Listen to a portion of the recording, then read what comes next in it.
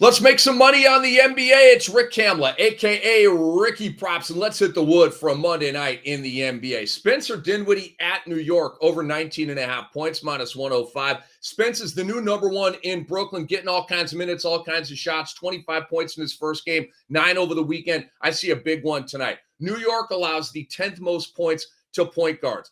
In his first 2 meetings this year against New York, as a Mavs, he averaged 21 points per game. He's a plus 3.8 on the road in scoring average this year.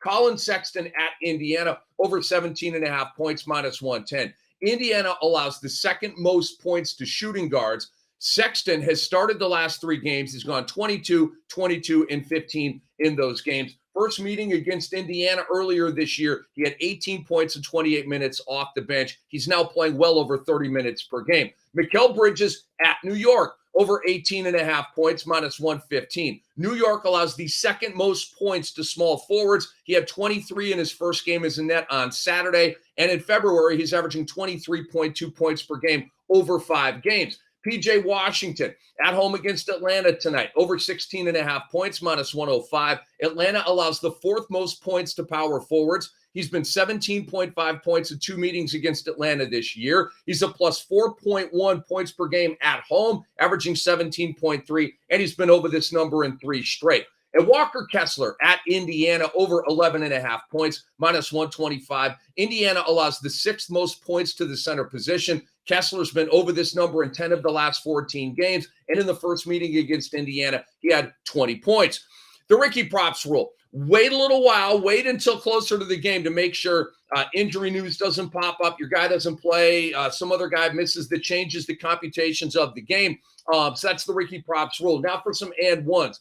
Got some ATS deliveries for you here. The Warriors minus 4 at home against the Wizards. The Dubs will be fired up. They've lost 2 games in a row, including a home game to LA without LeBron the other night. They're a dominant home team, 21-7. The Wizards are a terrible road team, 12-17, and they will most likely be playing without their best player once again, Kyle Kuzma. Nets plus 2 at the New York Knicks.